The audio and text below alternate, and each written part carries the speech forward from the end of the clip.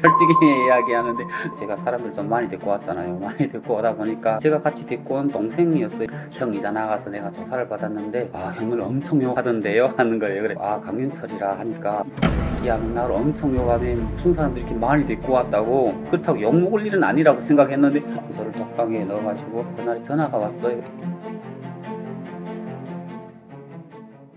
국정원 조사 과정에서 대한민국에서는 절대 알 수 없는 북한 정보 때문에 당황하신 순간이 있었나요? 처음에 저는 국정원에 들어와가지고 제가 독방에 있었어요. 독방에 있고 그다음 취소 나가면 자꾸 조금 이상하게 저 뭐 간첩이 받고 오지 않냐 뭐 이런 걸 하다 보니까 제가 많이 그때 당시 좀 스트레스 받았었고요. 근데 그 이야기 하다 보니까 모르는 게 없더라고요. 뭐 우리 친척 누가 어땠고 이런 것까지 다 아는데요. 깜짝 놀랐어요. 이거 어떻게 이거 다 알지? 우리 친척 얘기 온 것도 없는데. 뭐 좀 그렇게 당황했고요. 그리고 제가 허위사령부에 있다 보니까 허위사령부 담당이 또 오더라고요. 허위사령부 담당이 와가지고 쭉 허위사령부 어디 있고 이렇게 쭉 제가 이야기하니까 그분들이 다 아는 거예요. 야, 그래가지고 참 국정원이라는 데도 참 대단하다. 이걸 진짜 우리도 알지 못하는 걸 이거 다 알고. 예. 저도 이게 가족 안에 우리 친척이 누구 이런 거 모르는데 그분들이 막 그런 것도 알고 조금 그때 이 사람들이 정보력이 정말 대단하구나 하는 걸 그때는 느꼈어요. 또 있다는 게 솔직히 제가 다시 또 이야기하는데 저 국정원 기억은 조금 좀 나쁘거든요. 제 솔직히 이야기하는데 나빠요. 나쁘게 되던 기는 태국에 있다 보니까 태국에 있을 때는 태국에서부터 조사를 쓰더라고요. 조사라기보다는 어떻게 왔으며 어디를 가고 싶으며 거기에서 뭐 재판 받기 전에 뭐 나는 미국에 가고 싶다면 미국이라고 쓰기도 하고 뭐 영국이면 영국 뭐 이렇게 쓰고 뭐 한국이면 한국 쓰는데 쓰기 전에 누구를 통해서 어떻게 해서 이게까지 오게 된 동기를 쓰는 데도 있어요. 근데 제가 좀 전에 이야기했는데 제가 사람들 좀 많이 데리고 왔잖아요. 많이 데리고 오다 보니까 남자분들도 있고 여성분들도 있었어요. 그래가지고 썼는데 하루는 그 제가 같이 데리고 온 동생이었어요. 저보다 더 나이가 어리다 보니까 그 동생이 들어와가지고 형 이자 나가서 내가 조사를 받았는데 형을 엄청 욕하던데요 하는 거예요. 그래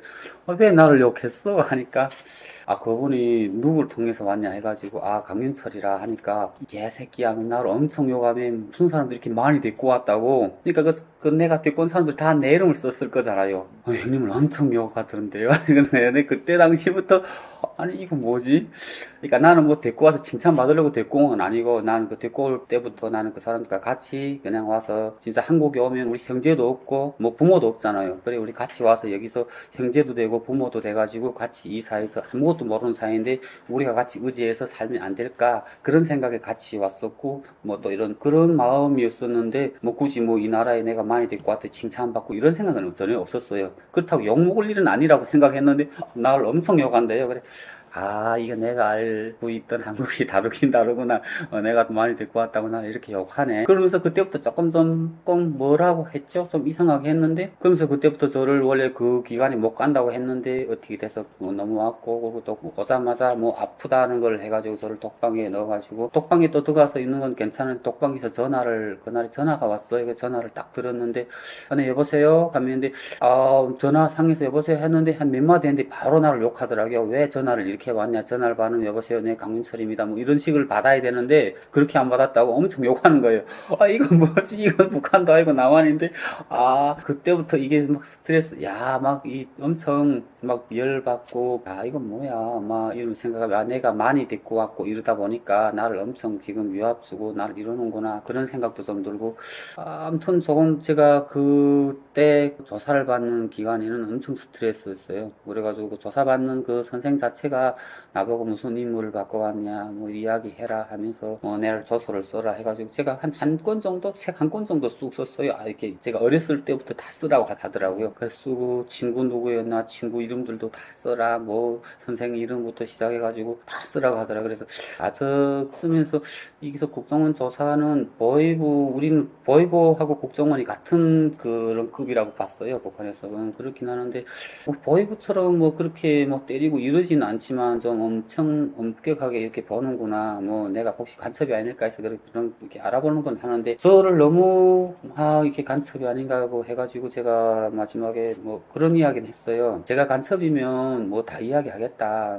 뭐 그러면 여기서 내가 알기로는 뭐 간첩이라고 이야기하면 내가 알고 있던 걸 이야기하면 뭐 그 정보로 해가지고 돈도 주고 뭐 이런다고 하던데 저는 뭐 자본사에 돈도 중요하지 않냐. 나 돈도 받고 싶다. 근데 제가 간첩이 아니어가지고 그런 이야기 할 수가 없다. 저는 계기가 돼서 이렇게 오게 되었고 이러이러한 계획이 돼서 내가 남한까지 여기까지 오게 되었다. 자유를 찾아오긴 했지만 제가 오기 전까지는 그렇게 막 선뜻 오고 싶진 않았다. 이야기 좀 솔직히 우리가 막 오게 되면 북한에 있는 부모 형제들도 처벌을 받을 수도 있고 뭐 그런 환경이어가지고 좀 고민했는데 이전보다는 좀 많이 괜찮아졌어요. 그렇게 막 전에는 뭐 자식들이 여기로 왔다 하면 부모들을 막 교화서 뭐 잡아도 넣고 막 정치범 수용소 넣고 막 이랬었는데 지금은 온 사람들이 너무 많다 보니까 저희 때까지만 해도 뭐 다른 연대적 책임은 안 주고 그분들 뭐 형제라든가 그게 직계 간부들이 있다면 그 간부들이 승진은 못했어요. 그냥 그까지만 정착돼 있고 더 승진은 안 되고 뭐 어디 그 연대적 책임을 해가지고 뭐 잡아놓고 그런 건 없었거든요.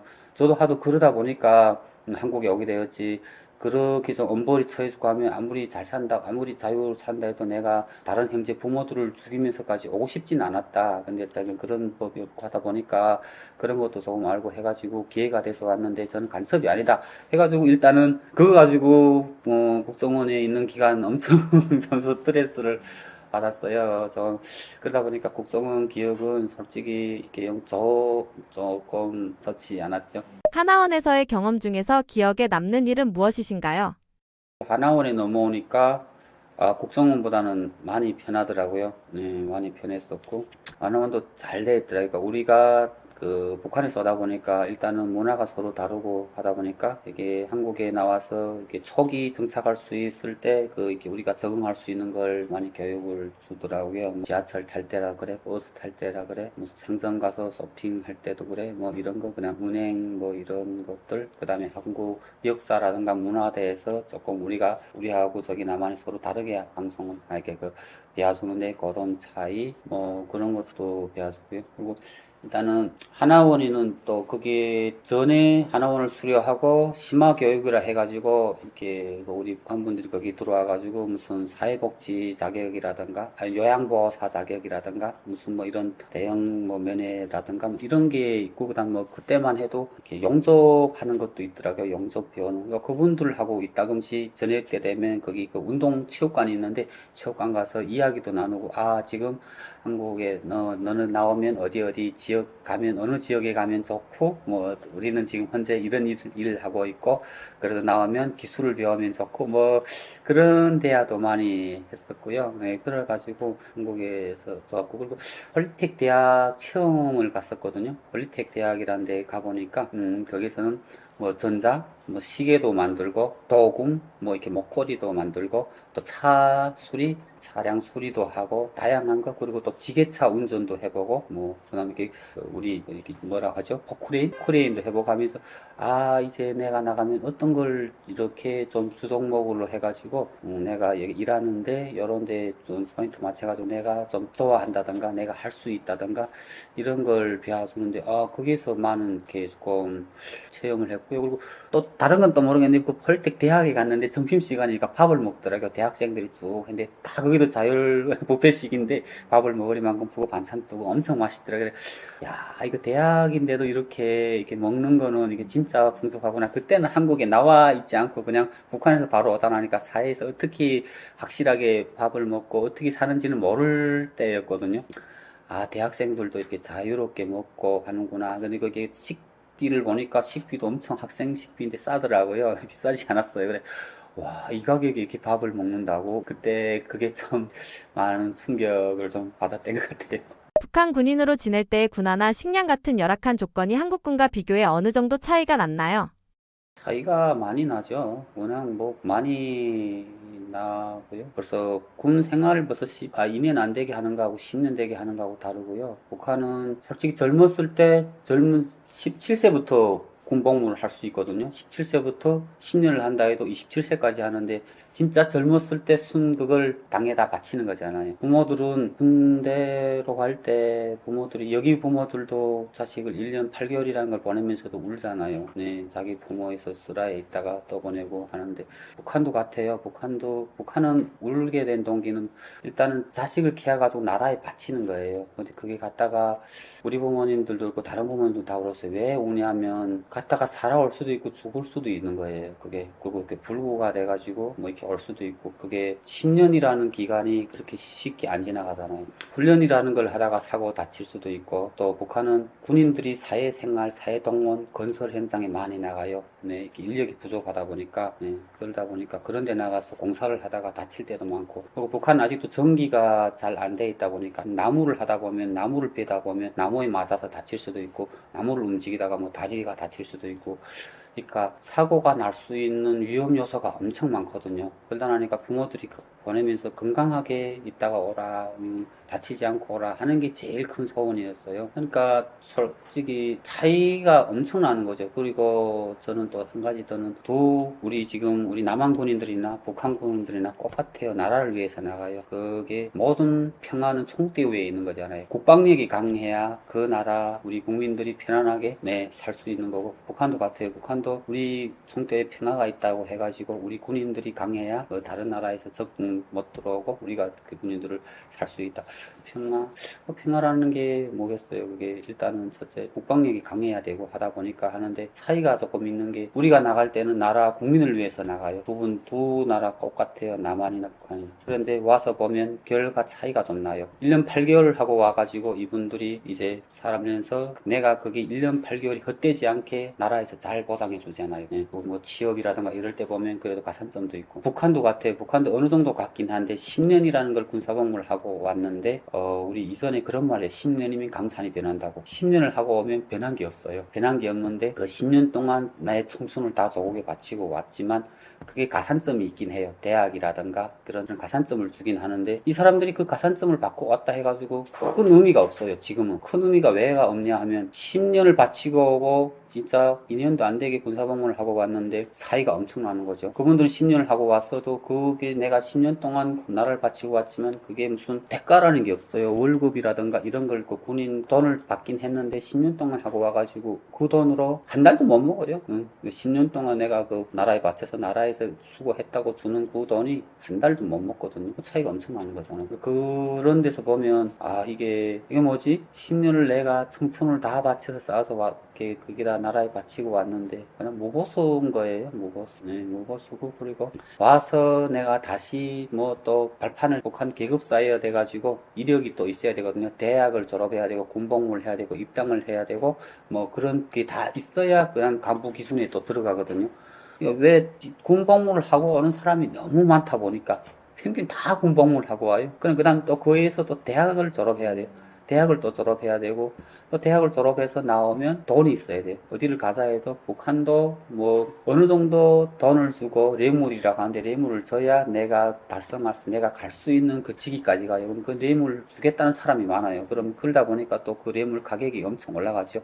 그러니까 내가 들어갈 수 있는데 내가 거기 들어가서 실질적으로 더 내가 리운을 받을 수 있는 그런 계급 보안원이라든가 보안원도 그 보안원이라고 해가지고 바로 돈을 벌 수 있는 거 아니에요. 같은 보안원은 무슨 대를 까면 뭐 대를만 봐야 되는 거고 조직부는 조직부 봐야 되고 정치부는 정치부 같은 보안원이라도 그런 차이가 있고 뭐 검사면 검사 그러니까 예심원이면 예심원 뭐 이런 게 있다 보니까 뭐 조금 그런 차이가 나다 보니까 그게 같은 보안은 정복을 입는데 뭐 무슨 몇 천만 원이라 하면 또 그 몇 천만 원 안에서 또 어디에 또 가는가 순찰대를 가야 되냐 순찰대 같은 건 바로 가서 뭐 내가 단속할 수 있으면 그 단속을 하면 거기서 뇌물도 받을 수 있으니까 그런 데는 또 더 비싸고 이렇게 뭐 그런 차이가 있다 보니까 군 복무를 해도 그렇게 막 내가 군복무를 하고 왔다 해서 엄청 내가 나와서 대우를 받는다 그거는 아니거든요.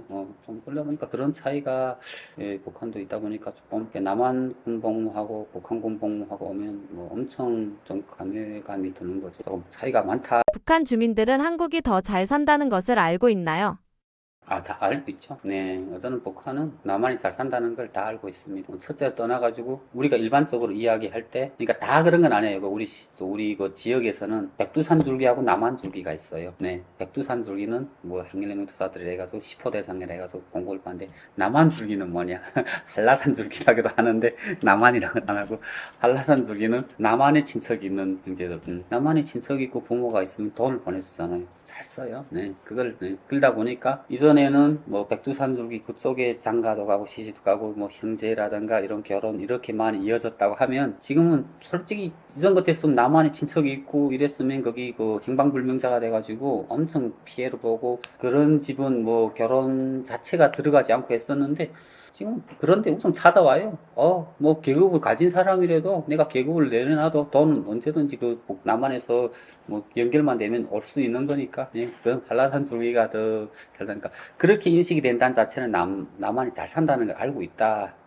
잘 사는 걸 알고 있고요. 그리고 장마당에 가면 우리 뭐 해산 장마당 같은 거는 그런 말이 있어요. 고에 뿔 내놓고 다 있다. 네, 고에는 뿔이 없잖아요. 네, 고에 뿔 내놓고 다 있다는 그 말 자체는 없는 게 없이 다 있다 하는 거예요. 그 말 그 안에 보면 한국 물품도 다 있다. 한국 물품은 내놓지 않고 다른 데다 숨겨두고, 이렇게 와가지고 한국 물품이 있어요 하면 딱 이렇게 장사하시는 분들이, 이분은 실지 사려고 온 사람이라고는 하면 그분한테 드리고, 아니면 보이부라든가 이런 보안원들이 이렇게 우선 사람을 보내는 게 있어요. 그렇게 해가지고 팔게 하면 그분을 단속해가지고 거기 뭐 법적으로 좀 책임 묻는다든가, 이 물건이 어디서 어떻게 왔냐 이렇게 출처를 캔다든가 뭐 그런 게 있거든요. 그러다 보니까 남한 물품은 벌써 중국 물품하고 남한 물품인데, 중국 물품이 제일 많거든요. 뭐 중국이 가깝다 보니까 그런 가격 차이가 벌써 배 차이가 나요. 똑같은 거를 칫솔 하나라도. 그러니까 남한 물품이 좋고, 그게 남한 경제가 엄청 발전했고 하는 걸, 네, 그래서 북한 주민들은 능히 아는 거죠. 그러니까 북한 주민들뿐이 아니고 김일성이 있을 때도 그때 당시 김대중 대통령이 왔을 때 정확히 그런 말이 나왔는지 모르겠는데, 우리 그러니까 민간인들이 입소문을 도는 게 그런 게 있었어요. 남한 경제가 잘 돼 있고 우리 북한은 군사력이 잘 돼 있다 보니까 북한 탱크에 남한 경제를 싣고 우리가 나가면, 통일이 되면 우리가 전 세계에서 제일 잘 사는 나라가 되지 않겠냐, 그런 이야기가 있어요. 그러니까 북한은 경제는 조금 좀 떨어지지만은 군사력이 잘 돼 있다라니까, 그 군사력과 남한은 경제가 잘 발전했으니까 그게 서로가 우리가 합심하면 세계에서 제일 잘 사는 나라가 된다 하는 그런 이야기를 했다 하는 게 또 이렇게 입소문을 돌아요. 그러니까 그 이 말 자체는 남한이 잘 살고 있다 하는 걸 그때 당시 김일성 자체가 이야기했다, 그렇게 이야기 되는 거죠. 이런 소문이 퍼지는 게 김정은 입장에서는 어떤 부담인가요? 부담이 되죠. 부담이 되다 보니까 일체 남한 방송이라든가 남한 드라마라든가 그런 걸 못 보게 하는 거잖아요. 그러니까 엄베르치 하는 거예요. 남한 노래까지 들어도 엄베르치 하고, 뭐 아무리 계급 부모님 계기마다 있는데, 북한에는 계기마다 방침이라 해가지고 그 방침에 걸리면 그 방침으로 인해 가지고 첫 케이스에 걸리면 무조건 죽어야 됩니다. 총살을 당하든 뭐 아니면 미성년자에 돼 가지고 부모 그 사람을 처벌을 못하면 부모님들이 같이 연대적 책임을 해가지고 뭐 검사장 뭐 이래도 그 정복을 벗어야 되고, 뭐 도당 무슨 뭐 간부라 해도 뭐 이렇게 돼가지고 엄청 먼 벌을 하는데, 일단 비사회주의, 뭐 북한에는 비사회주의라 하더니 황색바람이라 해가지고, 북한에서 내내 하나는 노래라든가 영화라든가 그의 외국 영화도 방영을 하거든요. 그 영화 내놓고 북한에서 매체에서 홍하지 않는 걸 보는 거는 다 단속합니다. 노래도 같아요. 작곡 작사할 수도 없어요. 그걸 이 노래 출처가 어디서 나왔고 누가 어떻게 불렀으면 누가 어떻게 이 노래를 만들었으면까지 다 출처하는 거예요. 그러다 보니까 남한 노래는 일체 들지 못하게 되었고요. 그리고 뭐 남한 드라마 몰래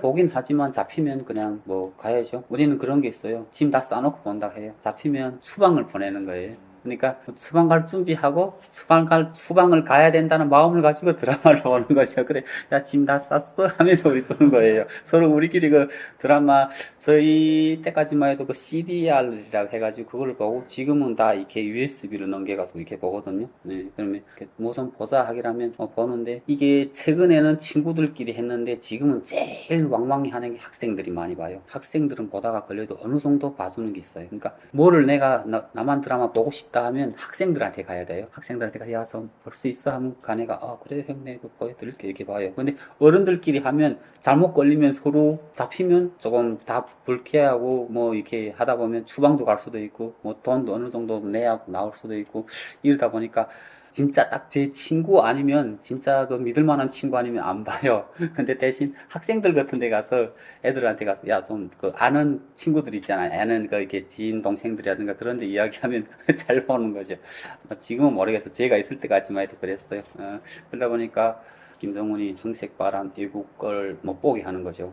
그거를 근데 저게 한 2000년 초반에 엄청 그때 당시 그게 CDR이 들어와가지고 남한 드라마 그게 진짜 영화가 엄청 전 세계가 그러니까 전 세계라기보다는 북한 전역에서 다 퍼졌거든요. 그래가지고 한 1, 2년을 그걸 단속을 안 하다가 그다음 갑자기 담속이 심해졌어요. 그거 보는 사람은 무조건 추방. 그래가지고 그룹바라는 게 생겼는데 백공구 그룹바라고 그 백공구 그룹바 책임자가 무슨 뭐 도당 책임비서 도급은 도당 책임비서 시급은 시당 책임비서 그 옆에 무슨 뭐 시당 책임비서 아니면 그 옆에 그 보안은 뭐 시당 아이고 또 보안서장 뭐 이렇게 해가지고 그 그룹바를 형성해가지고 집들마다 다니면서 CDR 검사를 하고 잡히면 막 추방 보내고 엄청 엄격하게 그걸 했죠. 네. 그게 그 자체가 체제 유지를 하다 보니까 황색바람이라든가 애국을 보면 그게 또 그쪽에 물 먹게 되고 그쪽으로 자꾸 신경이 쏠리고 말하면 말을 잘 안 듣고 이러다 보니까 그게 대한 신경을 엄청 쓰는 거죠.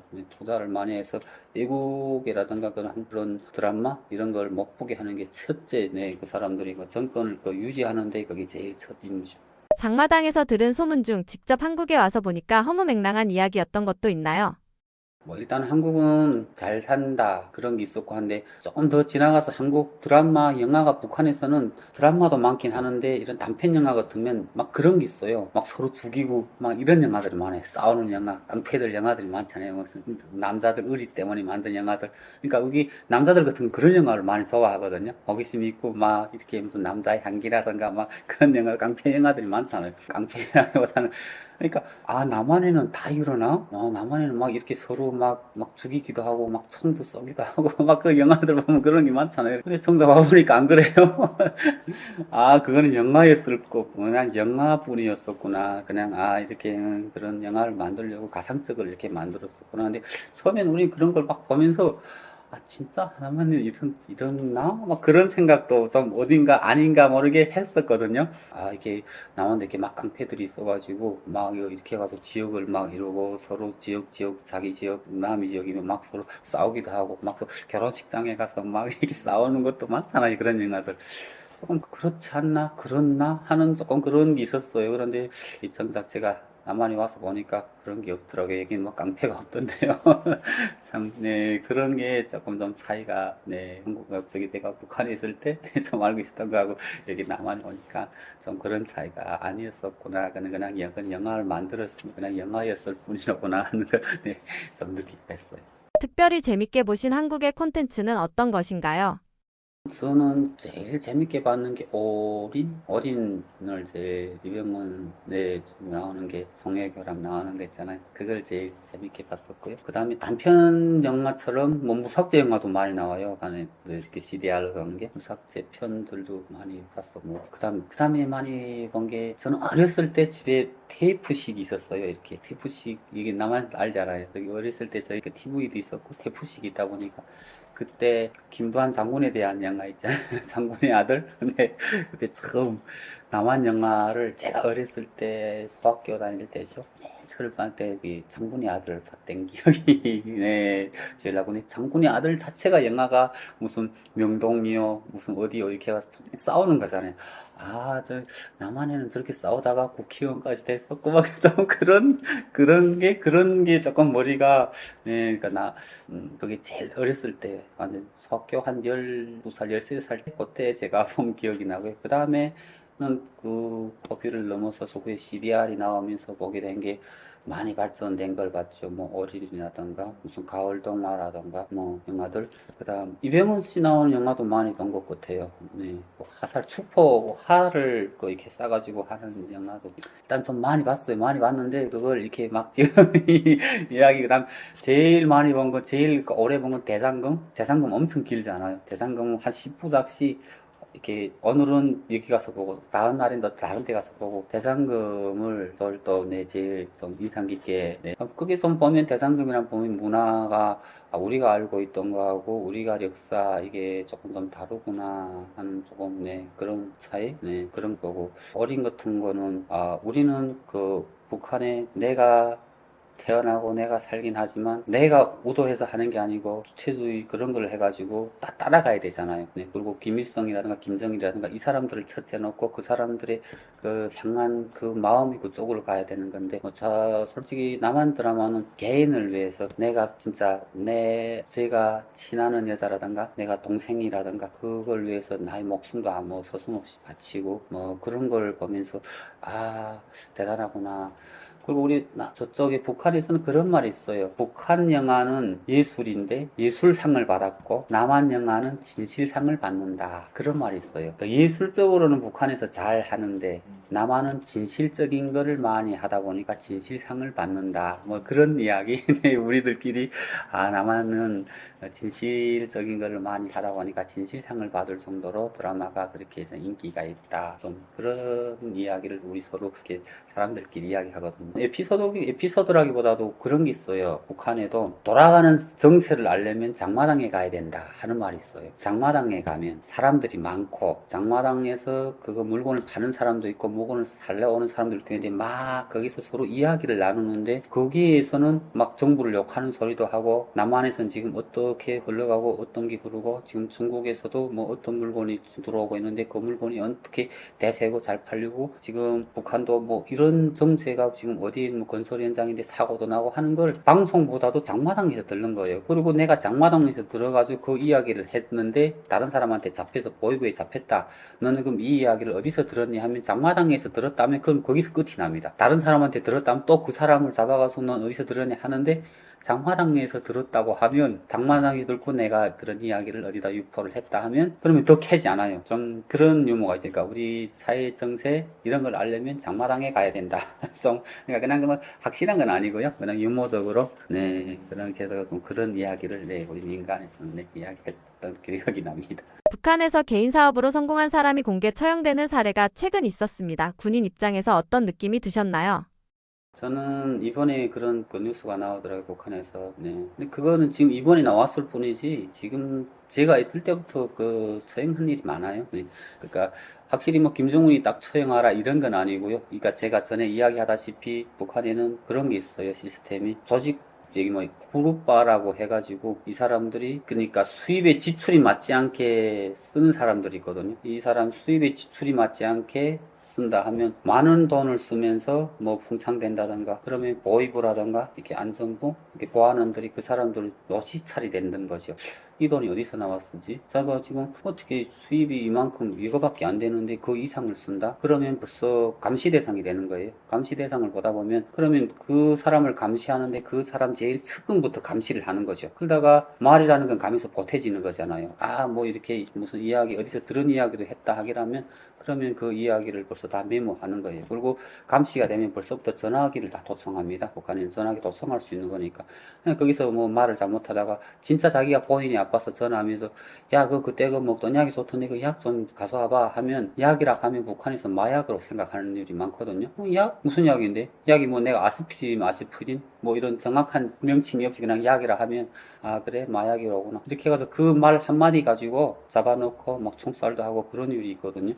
그러다 보니까 잘 사는 사람들은 주변에 도움받기 위해 있는 사람들도 있고 칭찬하고 좋아하는 사람들이 있는 방면에 나빠하는 사람들도 있어요. 왜냐하면 그 주변에서 잘 살게 되면 못 사는 사람들이 많다 보니까 그분들한테 돈도 좀 꿀 수도 있고 뭐 고리대를 할 수도 있고 좀 이러다 보니까 그걸 제바로 갚지 못하면 또 다른 사람들 시켜서 거기 가서 뭐 그 집에 있는 뭐 중기를 막 들고 온다던가 뭐 이러다 보면 그 사람들이 거기 품고 뭐 악심 품을 때도 있고 뭐 다양하게 있다 보니까 그 사람들이 입심도 좀 많죠. 왜? 살다 보니까 다양한 사람들이 거기로 왔다 갔다 하게 되고 뭐 무슨 일이 생기면 나서 가지고 도와도 주고 뭐 이러다 보니까 북한은 법보다 주먹이 갇혔다 또 해가지고 좀 그런 현상이 많아요. 이게 그분들 옆에 보면 뭐 좀 주변에 조금 이렇게 좀 건달이라든가 이런 사람들도 자연적으로 붙게 돼 있거든요. 그러다 보면 그게 이제 입소문 나고 뭐 그 집에서 좀 이런다 하면 저희 어느 순간에 그냥 어떤 제목에 의해서 잡혔는지도 몰라요. 그냥 잡아놓고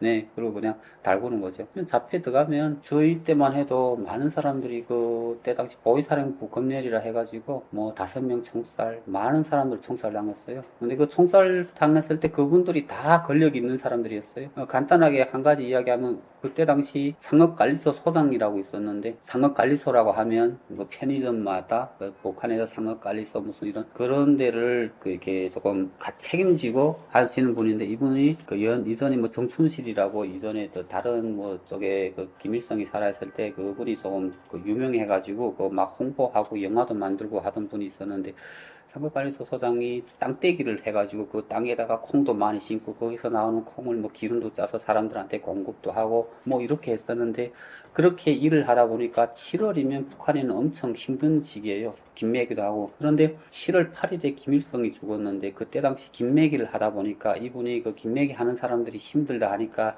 야 너희가 힘드니까 내가 개를 한 마리 잡아줄게 해서 개고기 먹으면 힘이 나고 하니까 개를 한 마리 잡아줬어요. 그런데 그 개를 한 마리 잡아준 게 제가 된 거죠. 7월 8일 김일성이 죽었을 때 개를 잡아줬다. 이렇게 해가지고 그게 제명이 돼가지고 그래 이분이 총살 당한 거예요. 근데 그거는 내가 그분을 너무 잘 알다 보니까 그분이 죽었을 때 저는 현장에까지 갔어요. 그때 당시도 거의 아마 학생들까지 다 모여서 네, 이렇게 그 총살하는 걸 봤어요. 근데 그분은 내가 너무 잘 알다 보니까 진짜 나라를 위해서 그러니까 엄청 일을 많이 했어요. 그러는데 그 오직 7월 8일이라는 걸 그날 개고기 자기가 먹은 것도 아니고 일하는 사람들이 힘들어가지고 그 개를 잡았었다는 걸 해가지고 총살당하는 걸 보니까 어렸을 때도 좀 허무하더라고요. 야, 그 일을 너무 열심히 잘했는데 그렇구나. 저렇게 죽는구나.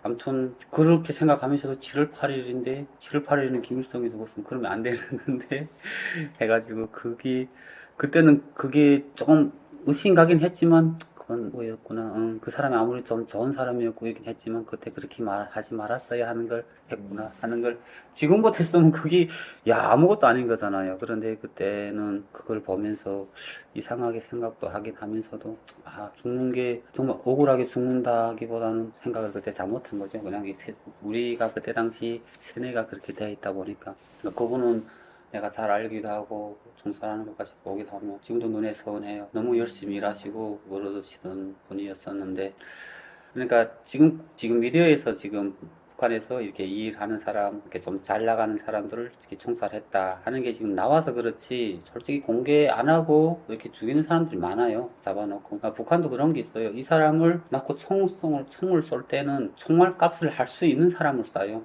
이 사람을 한 명 쏘면서도 숱한 몇백 명, 몇만 명을 교양시킬 수 있고, 이 사람들을, 이걸 한번 공포를 하면서 다른 사람들한테도 주입을 줄고 이렇게 하지 말아야 된다 하는 걸 보여줄 수 있는 사람만 쏘는 거예요. 저렇게 잡힌 사람들이 많은데 크게 효과가 없다 하면 그냥 그 안에서 죽입니다. 총살을 안 하고 그냥. 그러니까 조금 몇 년에 한 번씩은 소리 내는 거죠. 소리를 크게 내죠.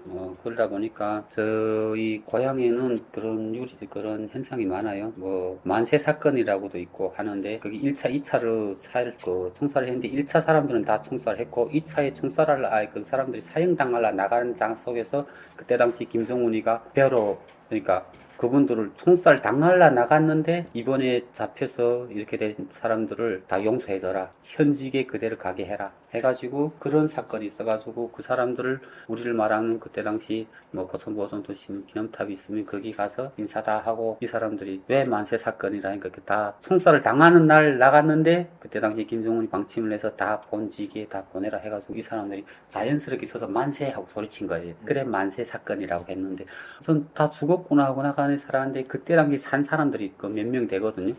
뭐 우리 해산 같은 경우는 도무역국장도 살았었고 뭐 해산시 보안서장, 해산 분주소장 뭐 이렇게 몇 명이 있었어요. 그런데 그 사건에도 에피소드가 한 사람이 있는데, 한 사람은 보안원이었어요. 근데 이 사람은 왜 잡혔냐? 북한에도 어떤 분들은 매춘이 없다고 못해요. 매춘이 있어요, 북한에도. 네, 북한에도 있다 보니까 이 사람이 이전에 그룹바, 내가 그 그룹바라고 있었다 했잖아요. 백공고 그룹바에 다니다 보니까 다른 집들 다니면서 CDR, 한국 CDR 보면 단속해서 그걸 가지고 바쳐야 되는데 바치지 않고 그걸 자기가 계속 본 거예요. 근데 그 CDR 자체가 말하자면 19금 CDR인 거예요. 그러니까 우리 그냥 섹스 쪽이라 말하죠. 그런 CDR을 했는데 이 사람이 그 CDR을 보다가 북한에도 그 이렇게 조금 그렇게 하시는 여성분들이 있다 보니까 거기 가서 그분들하고 같이 CDR을 보면서 놀한 거예요. 그런데 이거는 성매매처럼 되다 보니까 금액을 얼마를 정해놓고 줘야 되는데 한두 번은 줬어요. 그런데 그러다가 한 번 또 그걸 보면서 막 했는데 돈을 못 주다 보니까 야 돈을 달라. 이 사람들은 보안원이고 뭐고 상관없잖아요. 그냥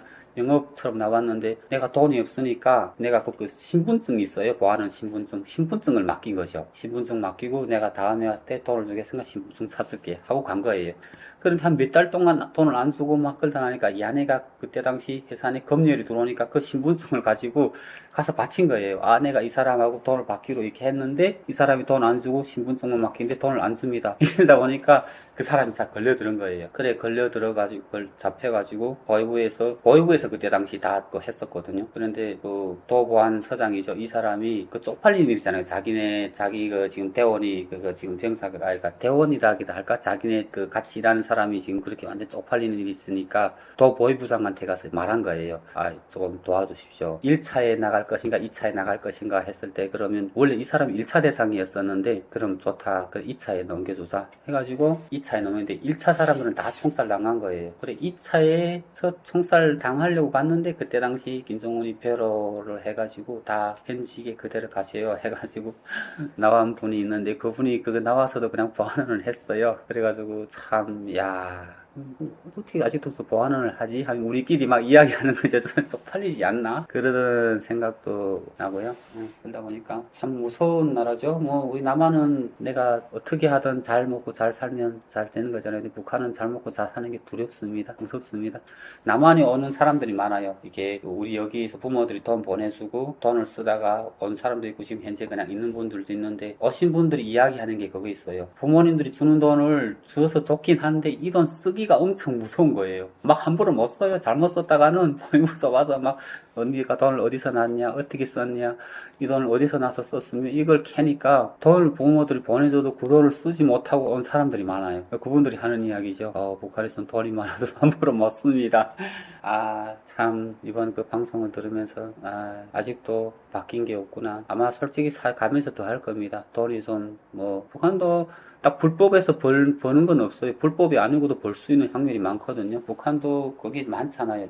자원이 많아가지고 가을철에는 산 쪽에 가서 잣 따서 많이 벌 수도 있고 무슨 어미자 딸 수도 있고 또 강산 같은 데 가면 또 이렇게 금도 캐가지고 할 수도 있고 사금도 캐서 또 돈 벌 수도 있고 여러 가지 벌 수 있는 확률이 있긴 하거든요.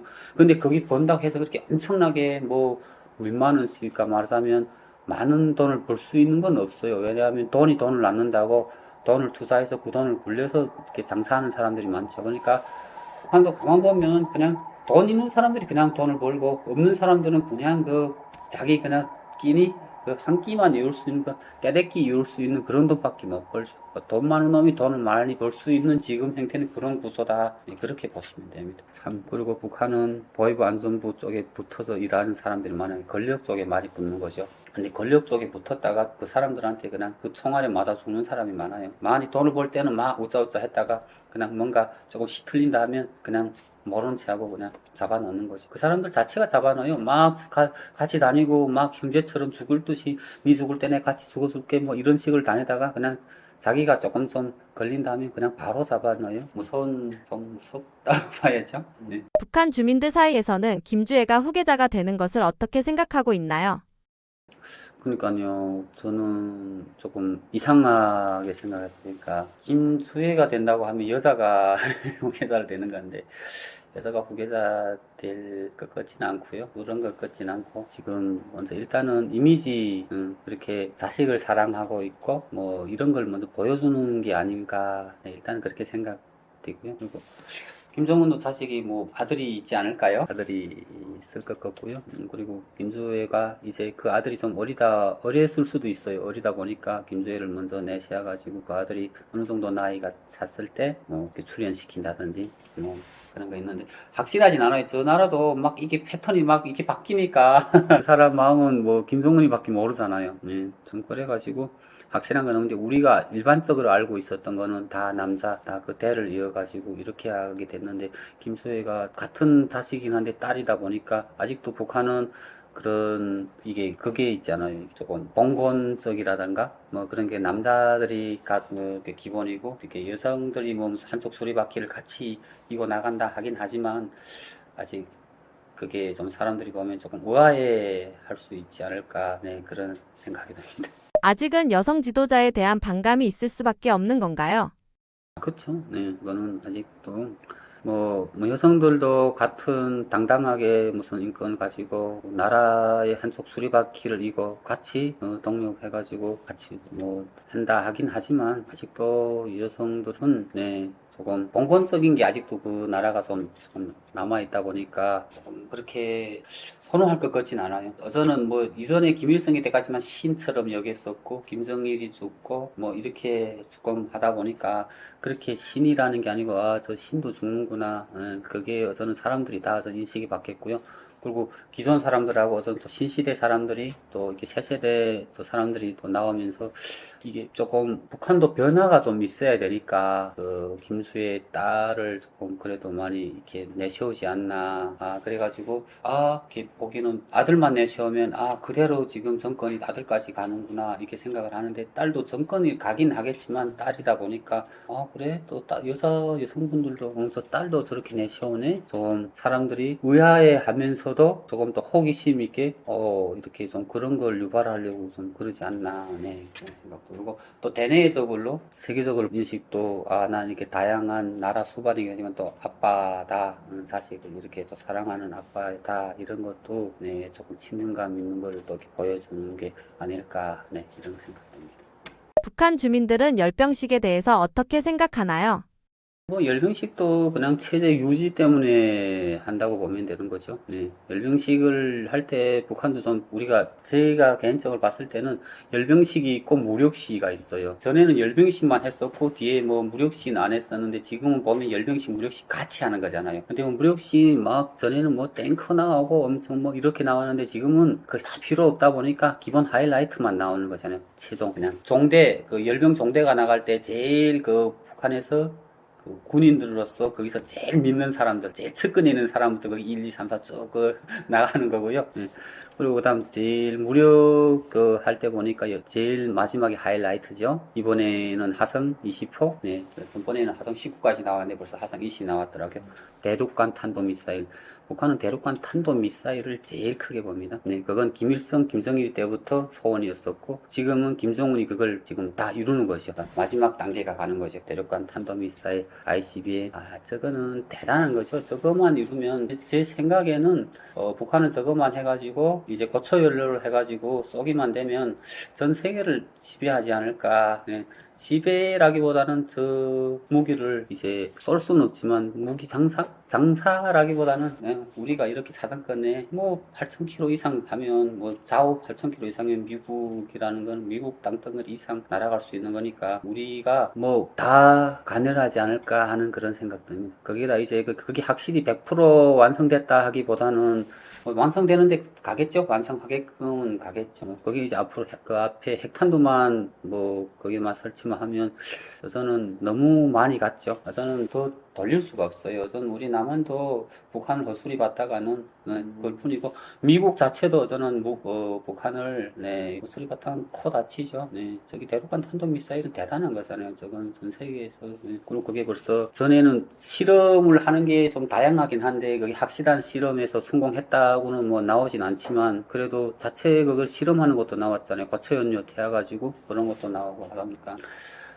저기 제일 뭐 쭉 종대 나오는 거는 뭐 10명씩 나오는 거는 전에 있었던 거고 뭐 새로 부대들이 좀 나오긴 하다 보니까 그래서 그런 거고 일단 뭐 이번에 보니까 뭐 이렇게 군견수들도 나오더라고요. 군견수는 아무 중대에 다 있었습니다. 군견수들도 다 있었고 다양하게 뭐 그다음 저기 자폭 드론은 이번에 저기 러시아 전쟁 했잖아요. 우크라이나 전쟁 하면서 자폭 드론이라는 걸 확실히 보면서 많은 걸 느꼈었고, 이거 북한은 원래 드론 자체가 엄청 발전됐어요. 네, 그러니까 그게 너무 엄청 발전했고, 그게 이제 자폭 드론까지 만들면 대단한 걸 거예요. 현실적으로 전쟁에 참가해서 그걸 경험해 봤으니까, 뭐 미사일하고 저 대륙간 탄도 미사일 차이가 있긴 한데, 일단은 김정은이 최고로 지금 좀 자기가 자부심을 가지고 성공을 했다. 그 선대에서 아버지, 할아버지 대가 못한 걸 자기가 지금 이루는 거잖아요. 그래가지고 이번에 그거 20을 보면서 또 사람들이 우리 장군님, 우리 지금 그 국방위원장 스님께서 고생하시면서 저렇게까지 지금 전 세계에서 놀랄 만한 저 대륙간 탄도 미사일을 만드셨다. 다른 사람들이 만들긴 했지만 김정은이 용도에 따라서 만든 거라고 생각하기 때문에 그분들이 그걸 보면서 선전도 많이 할 겁니다. 우리가 이렇게 대륙간 탄도미사일을 쏴서 우리 전 세계를 다 이룰 수 있다. 미국도 우리를 함부로 못할 것이다. 이걸 사람들한테 주입을 주면서 그 사람들이 핵심으로 해가지고 다시 또 단합되고 흩어지지 못하게끔 체제 유지를 하는데 기본 핵심을 주면서 wel병식을 했다. 그렇게 봐도 될 것 같습니다. 열병식에 나온 장비 중에서 선전용에 가깝다고 느끼신 무기체계는 어떤 것들이 있나요? 진짜 하이라이트도 선전용이지. 대륙간 20도 선전용이라고 봐야 돼요. 그게 확실하게 100% 됐다는 건 없잖아요. 100% 됐다는 걸 볼 수도 없고, 이러이러한 걸 지금 우리가 초고속 미사일을 지금 대륙간 탄도 미사일을 만들었다 이렇게 하긴 하지만 그걸 지금 그게 100% 완성됐다고는 말 못합니다. 그것도 선전용이나 같다고 보죠. 다른 미사일들은 어서는 그건 선전용이 아닐 거예요. 어서는 그거는 북한에서는 어서는 그쯤한 건 어서는 다 넘어갔어요. 그건 어서는 다 성공했다고 보고, 제일 저기 지금 대륙간 탄도 미사일인데 뭐 1초에 1.7km 이상을 날아가야만이 그게 속하는 거라 1초에 1초 눈을 딱 했는데 그냥 보이지 않고 날아간 거잖아요. 그걸 성공을 할 수 있게끔 지금 됐다고 말은 하지만 그게 100%된 게 아니어가지고 좀 선전용? 네, 그렇게 봐도 되는 거죠. 어느 정도 한 7, 80%는 완성됐다고는 할 수 있는데 100%가 아니어가지고 선전용이라고도 볼 수 있는 거죠. 다른 무기는 어저는 북한은 너무 우리 어렸을 때부터 미사일에 대한 거를 우리 교육도 주고 우리가 미사일을 가지고 있어야 우리가 미국도 우리를 함부로 못 접근한다, 못 겁니다. 이런 게 자꾸 주입이 있었고 하다 보니까, 그리고 선 세대 지금 김일성, 김정일 때부터 핵을 가지고 있어야 되면 그 핵을 가지고 쏠 수 있는 미사일이 있어야 된다는 걸 계속 주입 주면서 그걸 양성시키고 이렇게 하다 보니까 사람들은 어느 정도는 알고 있어요. 우리 북한이 힘들긴 하고 우리가 허리띠를 조이는 게 저거를 만들려고 우리가 지금 굶주리고 힘들고 이렇게 조이는구나. 우리가 저기 저 무기를 가지고 있어야 그런 남한테 침략을 안 당한다. 이런 거를 조금 생각을 하고 있다 보니까 평민들은 힘들어도 저런 걸 만들어내면 그래, 우리가 허리띠 조이는 게 저런 무기를 만들려고 우리가 지금 힘든 거지. 이 고비를 넘기면 우리도 잘 사는 날이 오고 우리도 저쪽에 지금 그 미사일 하나 쏘는 게 많은 양이 들어가고 많은 그게 지금 그 경제가 들어가는 건 다 알고 있거든요. 그래도 우리가 그걸 안 하면 지난날처럼 우리가 정복당하고 먹히면 노예가 된다. 이걸 계속 주입 주기 때문에 이분들이 힘들어도 우리가 경진 노선을 해가지고 한쪽은 경제, 한쪽은 국방 가지고 나가야 된다. 그걸 그냥 때부터 세뇌를 받으면서 지금 가는 거라. 그래가지고 지금 이렇게 우리가 발전하고 있고 많은 걸 지금 성공하고 나가고 있다 하는 걸 국민들이 듣는 거죠. 하지만 그게 주입은 100% 됐다, 우리가 성공했다 하는 체내 대내 안에는 대내는 그렇게 하는데 대외는 아직 그렇게 보여는 주지만 그게 100% 그게 확실하다는 거는 좀 말하기가 조금 어렵다. 호위사령부 출신 시각에서 볼 때 현재 북한이 처한 상황을 어떻게 분석하시나요? 일단 저는 제가 군복무는 호위사령부에서 했었고요. 그러긴 했는데 이번에 열병식을 보면서 그 종대가 쫙 나가는데 제일 처음에 친위대 나가더라고요. 974 나가고 그 다음에 경위대 나가고 그 다음 호위사령부가 나가요. 이번에 명칭을 딱 호위사령부가 당중앙위원회를 사수하는 부대다. 친위대는 당중앙위원회 직속, 맞아요. 원래 당중앙위원회 5처 직속 974였거든요. 그분들은 13년씩 군복무를 해요. 그 경위대도 그 소속 비슷한 건데 분들도 하고 우리 보이사령부도 당송인이라든가 애국인 수반이라든가 뭐 그런 평양시 방을 한다든가 원래 91년 안에 하긴 하는데 평양시 그것도 우리 보이사령부에서 다 하고 하다 보니까 저게 일단은 북한도 지금 전쟁을 하면서 우크라이나 전쟁을 하면서 많은 군사력이 그게 발전했다고 봅니다. 저는 남한도 이전처럼 북한을 뭐 안보강이라든가 그렇게 생각하고 계획을 써가지고는 안 될 것 같고요. 저는 북한은 솔직히 남한에서 보다도 이제 아마 더 윗등급에 올라갈 수 있지 않을까. 실전을 경험한 사람들이어가지고 이제 그 실전 경험한 그분들이 그대로 가서 이제 전투부대 이제 각 부대에 가서 이제 자기네가 실전 경험을 그대로 이야기할 거고 그리고 조금 좀 더 좀 나가게 된다고 하면 북한에서 군인들은 돌아설 데가 없어요. 물러설 데가 없습니다. 일단 나가면 돌격 앞으로 하고 몸을 다 내립니다. 이번에 조국 해방 전쟁 때는 젊은 사람들이 많이 죽었어요. 뭐 리수복이라든가 이런 사람들이 적진해하고 맞고 죽고 젊은 사람들을 하다 보니까 용이 좀 나왔는데 이번 우크라이나 전쟁하면서 나이 드신 사람들이 죽은 게 많아요. 그 사람들이 다 용내신했잖아요. 가족을 가지고 나왔잖아요. 가족들이 있고 뭐 자식들도 있고. 이게 차이점이 뭐냐 하면 북한은 소대장 이하는 그게 없어요. 가족을 가지면 안 돼요. 전쟁을 하면 소대가 한다고 해요. 중대장들 이렇게 나이 드신 분들 가족이 있으면 전쟁을 두려워해요. 왜? 가족을 생각되니까. 그런데 지금 이번에 이걸 보면서 가족이 있는데 이 사람들이 목숨을 내린 거예요. 자기 목숨을 바치고 소리탄 거죠. 거기가 이제 완전 차이가 나는 거예요. 젊은 사람들은 가족이 없잖아요. 그러니까 부모들은 있지만 내가 가족이 있는 무슨 그런 가족이 없다 보니까 전쟁이 일어나면 목숨을 내대는 게 쉽게는 아니지만 그래도 막 이렇게 내댈 수 있는 그게 있는데 가족이 있는 사람들은 조금 좀 재게 되거든요. 내가 이러면 내 자식들은 어떻게 하지 이런 게 있어서 그래. 그 때문에 소대장까지만 다 젊은 사람들, 총각들만 시켜요, 북한 자체가. 그런데 이번에 이걸 보면서 나이 든 사람들도, 가족이 있는 사람들도 목숨 바쳤다. 이게 완전 차이가 날 거예요. 그래? 나이 든 사람들도 나라를 위해서 하네? 그거는 이 사람들한테 평가를 해주는 거죠, 김정은이. 정말 이 사람들 잘했고, 목숨 바쳤고, 용이다. 하면서도 반대편으로 또 생각을 해보면 바뀌는 거예요, 이제. 그 사람들 자체가 더 물러설 데가 없어요. 물러서면 반역자가 되고, 죽어야 되고, 그 가족이 더 피해를 보고 하니까 막 나가는 거죠.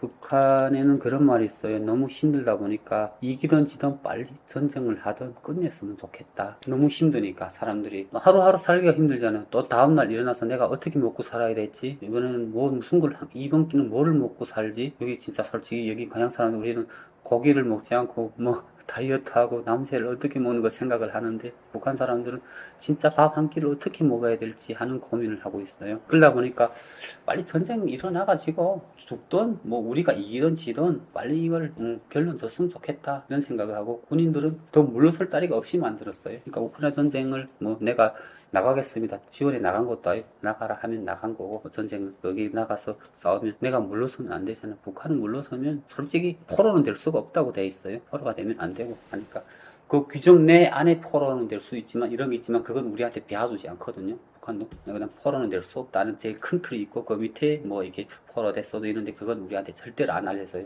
물러설 수 없게끔 만들었어요. 전쟁이 일어나면 글쎄 남한 군인들도 물러서지 않고 우리 지금 제가 어떤 남한 사람이니까 우리 그 병사들도 물러서지 않고 싸울 수는 있지만 조금 차이점이 그게 있죠. 네, 그래가지고 조금 제가 군인에 있었고 지금 경찰을 보면 많이 발전했다. 많이 발전하고 사상의식은 뭐 더 말할 것도 없고 글쎄 90년대 사람들이 조금 좀 퇴학해지고 했다고는 하지만 저는 개인적으로 그렇게 생각 안 합니다. 이 사람들이 퇴보는 하긴 했지만 그 나라에서 사장이라든가 이걸 잘 주입되면 내가 목숨을 바쳐서라도 지키고 내가 물러설 자리가 없게끔 만들어 놓으면 이 사람들이 목숨을 바치는 게 최대 영광처럼 생각하고 마지막 순간까지 싸울 겁니다. 그래가지고 이게 저는 조금 북한을 이전처럼 생각하고 북한 군인들을 이전처럼 생각하고 뭐 대하면 뭐 안 될 것 같다. 네, 그런 생각하고 좀 준비도 우리가 뭐 전쟁을 하는 건 아니지만 그래도 뭐 준비는 하고 있어야 되잖아요. 언제 뭐 좀 남침에 내려올지도 모르고 하는 상태여가지고 잘 준비를 해야 되지 않을까. 네, 이전처럼 생각하면 안 된다, 안 될 것 같다. 네, 저는 네, 개인적으로 그렇게 생각합니다. 네, 안녕하세요. 강인철입니다. 또 이렇게 시청자분들 만나게 돼서 반갑고요. 또 제가 순서 없이 한 이야기인데 좀 이해해서 들어주시면 감사하겠고요. 지금 현재 제가 탈북 2015년도 했고요. 지금 2016년 5월에 한국에 입국해가지고 지금 서울에서 살고 있습니다. 지금 만 9년 차, 한 10년 차 되었고요. 그 기간에 다양한 회사도 다녀보고 다양한 알바도 해보고 일을 하다 보니까 다양한 경험도 얻었고요. 그리고 지금 현재는 설비 사업을 하고 있습니다. 설비 사업 수일을 지금 하고 있고요. 그리고 지금 봉사도 열심히 하고 있습니다. 자율방범대라고 지역에마다 다 있는데 그 지역에서 저녁마다 또 지역 안전과 또 청소년 선도를 위해 가지고 봉사를 하고 있고요. 저는 어렸을 때부터 소원이 있었는데 평양에서 사는 게 소원이었고, 둘째는 허위사령부에 가가지고 허위국에 가서 그때 당시는 김일성이었어요. 내가 어릴 때는 김일성 옆에서 허위하는 게 제일 꿈이었어요. 그 다음에 김정일이었죠. 김정일 옆에서 허위하고, 참 그게 저는 어렸을 때 허위사령부가 되는 허위 군인이 되는 게 딱 김정일 옆에서 허위하다가 만약에 막 총탄이 날아오면 내가 막아서 죽는다 막 그런 게 꿈이었었거든요. 그분을 위해서 내가 한 목숨 바치겠다. 그런 게 꿈이었고, 만약에 살게 되면 평양에서 사는 게 꿈이었어요. 저기 우리 친척분들이 평양에 사는 게 많아가지고 방학이 8월 달이면 방학이에요. 북한도. 그럼 계속 8월이면 평양에 가서 놀고 그리고 또 내려오곤 하다 보니까 지방보다 평양이라는 게 확실히 좋구나 하는 걸 계속 어렸을 때부터 느껴가지고 평양에 서는 게 서울이었어요. 그래서 군복무도 허위사령부에 갔었고 평양에 군복에게 배치받았었고요. 그런데 이렇게 또 본의 아니게 서울까지 또 이게 일단 왔는데, 그러면 내 서울이 평양에 사는 게 서울인데 그럼 일단은 남한에 오면 그럼 서울에 살아야 되겠다. 내가 평양에서 못 살면 서울에서 살아야 되겠다 해가지고 내가 그 꿈을 그냥 꿈처럼 생각했죠. 내 서울에 사는 꿈이었는데, 다행히도 이렇게 하나원에 들어오면 하나원에서 그런 게 있어요. 이게 거주지 어디를 가겠냐 했는데, 들어오기 전에 내가 말을 듣기로는 총무하고 부총무를 뽑는데 총무하고 부총무는 우선권이어가지고 서울 무조건 갈 수 있다 그러더라고요. 그래가지고 그러면 총무 아니면 부총무를 해야 되겠다 했는데 마침 제가 부총무가 된 거죠. 근데 부총무도 그냥 되는 게 아니고 투표를 하더라고요. 근데 대한민국에 와서 처음 민주주의 투표라는 걸 받아봤어요. 그때 2명이 나왔었는데 우리 한 25명 정도였는데 그분이 한 3표 정도 4표 정도 받고 내가 한 20표 정도 받았어요. 그래가지고 제가 부총무가 됐고, 총무가 되다 보니까 우리 서울 우선권을 받아가지고 제가 서울을 받게 됐어요. 그래 서울을 받아가지고 나오니까 너무 좋더라고요. 이게 정을 떠나가지고 제가 남한을 위해서, 그러니까 일단은 그 반대쪽에서 군 복무를 했었고, 진짜 남한에 흙 한 삽, 벽돌 하나, 나무 하나 심은 적이 없는데 그래도 우리를 받아주고, 또 이렇게 영원히 살 수 있는 집은 아니지만 그래도 어느 정도 살 수 있게끔 정착할 수 있게 도와주면 집도 주고 하니까 너무 고마운 거예요. 그리고 저는 10월 달에 나왔는데 북한은 10월이면 추워요. 그래서 집에 나와서 내가 수도꼭지를 딱 열어봤는데 찬물 나오고 더물 나오는 거예요. 너무 신기한 거예요. 그런데 신기한데 더물이 딱 나올 때 눈물이 나더라고요. 북한에서 가정생활 하는 분들이 더물이 나오면 너무 행복한 거예요. 우리가 가정생활 해보잖아요. 그릇도 가시고 더물 나오는데, 야, 이게 고향 생각이 갑자기 팍 나는 거예요. 여기 남한에는 이렇게 더운 물이 나오는데 북한에는 아직도 물을 끓여서 가지 않으면 물을 끓일 데가 없으니까 그냥 찬물 그대로 손이 시리는데 이 추운 때 설거지를 해야 되고 하는 우리 부모님들 생각, 이게 그때 가슴이 막 내가 찡했고요. 그리고 우리를 받아준 게 고맙잖아요. 그래가지고 저는 솔직히 와서부터 봉사를 좀 했어요. 제가 남한에 도움을 줄 건 없고, 그때 당시 내가 경제적으로 이렇게 해서 도움 줄 것도 없고 하지만 봉사라는 거를 배워가지고 알게 되었고, 북한에는 봉사라는 말이 없어요. 그러니까 있긴 한데 북한 봉사는 무슨 어느 기념탑에 무슨 그런 교시관이라든가 이런 데 빗자루 몇 클레, 쓰리방 몇 클레 이런 게 이렇게 해서 지원해주면 그게 무슨 봉사증이라는 걸 줘요. 그분들 그쪽에도. 근데 여기는 그런 게 아니라 본인이 나가가지고 시간 몇 시간 동안 내가 일하고 이렇게 해주는 것만큼 보수가 없이 하는 게 봉사더라고요. 이런 게 봉사였구나. 나도 봉사를 해야 되겠다. 내가 경제적으로 도와줄 거 이렇게 해줄 건 없지만 내가 내 스스로 이렇게 해가지고 다른 사람들을 도와줄 수 있는 게 내가 이 나라에 조금이라도 보탬이 되는 일이 아닐까 생각하고, 제가 지금까지 꾸준히 쭉 하는 봉사가 몇 개 있었어요. 지금도 그냥 봉사하고, 또 방범이라고, 자율방범이라고 거기에서부터 봉사를 시작했고, 다양하게 단체에서도 봉사를 하고, 이렇게 여러 가지 봉사를 하다 보니까 여러 봉사가 또 눈에 보이더라고요. 네, 봉사를 하면서 거기에서 또 제가 또 꾸준히 쭉 지금 거의 9년, 10년 하게 된 동기는 그분들도 거기에 봉사를 하다 보니까 남한 분들도 많았어요. 그분들이 1, 2년을 지켜보고 한 몇 년 지켜보면서 아, 우리 남한 사람들도 남한에 태어난 분들도 봉사하기가 어려운데 그래도 북에서 내려와서 이렇게 봉사를 열심히 하는 걸 보니까 아, 다시 생각된다. 저도 북한 사람들을 좀 색안경 끼고 보게 되었었는데 이렇게 열심히 하는 사람들 보니까 통일이 돼도 괜찮겠다 하는 생각이 든다 하면 그런 이야기 하는 거예요. 그러면 아, 너를 보면서 다른 조금 생각이 바뀌었다 이렇게 이야기할 때 더 이렇게 좀 그런 게 생기고 아, 내가 더 열심히 하면 내가 하다 보면 내 주변 사람들이 남한 분들이 알고 있는 분들이 인식이 좀 바뀌어가지고 우리 고향 분들을 보는 게 좀 색다르게 보는 것보다도 좀 더 친근감 있게 보지 않을까, 내가 좀 더 잘해야 되겠다 하는 또 그런 동기부여도 생기고 하다 보니까 지금까지 쭉 하고 있고 앞으로도 쭉 또 열심히 봉사를 해야죠. 또 고마운 나라잖아요. 저희를 받아주고 또 이렇게 살 수 있게 잘 이끌어주고 또 뭐 사는 거는 뭐 또 본인 거기 의지라든가 본인이 그 있긴 하겠지만 그래도 정착할 수 있게끔 도와주고 받아주고 하는 게 제일 큰 거죠. 뭐 안 받아줬으면 우리가 여기서 이렇게 살 수 있을 것 같아? 아닐 것 같고요. 받아주다 보니까 네, 이렇게 해서 와서 제가 꿈도 키우고 뭐 공부도 하고 각 사람들마다 자기 꿈이 있잖아요. 그 꿈을 위해서 열심히 노력하고 하면서 지금 정착 잘 하시는 분들도 있고 또 정착하는데 조금 외로움을 겪지만 그걸 또 큰 경험이라 생각하고 이렇게 또 잘 하시는 분들도 있고 하다 보면 참 고마운 나라인 것 같아요. 네, 그래서 진짜 제가 먼저 오긴 했지만 그쪽에 있는 사람들보다 제가 먼저 와가지고 조금 미안하긴 한데 너무 고맙고 또 이제 잘 돼가지고 그쪽에 있는 분들도 많은 사람들이 좀 왔으면 좋겠고 오기가 좀 힘들고 하면 조금 사이가 좀 좋아졌으면 좋겠어요. 통일이 빨리 되기를 진짜 첫째 소원이고요. 뭐 조금 같은 나라 해가지고 전 조금 서로 지금 갈라져서 서로 아픔이 다 있잖아요. 이래가지고 조금 서로 좀 화해해가지고 좀 잘 돼서 축하적인 통일이라보다 군사적 뭐 이런 거보다도 뭐 복음 통일이라든가 아니면 서로 상대방 좀 이해해서 가지고 조금 왕래할 수 있는 그런 때가 좀 오기를 간절히 소원하고 빕니다. 그냥 고맙습니다. 고맙고 그리고 지금 어전 추운 겨울이잖아요. 그러니까 항상 내 감기 조심하시고요. 항상 건강 유의하셔서 또 올해 남은 걸 뭐 이루지 못했던 걸 뭐 미뤘던 일들을 마치 다 깨끗하게 잘 마무리하시고 네, 새해도 건강하게 네, 행복했으면 좋겠습니다. 네, 감사합니다.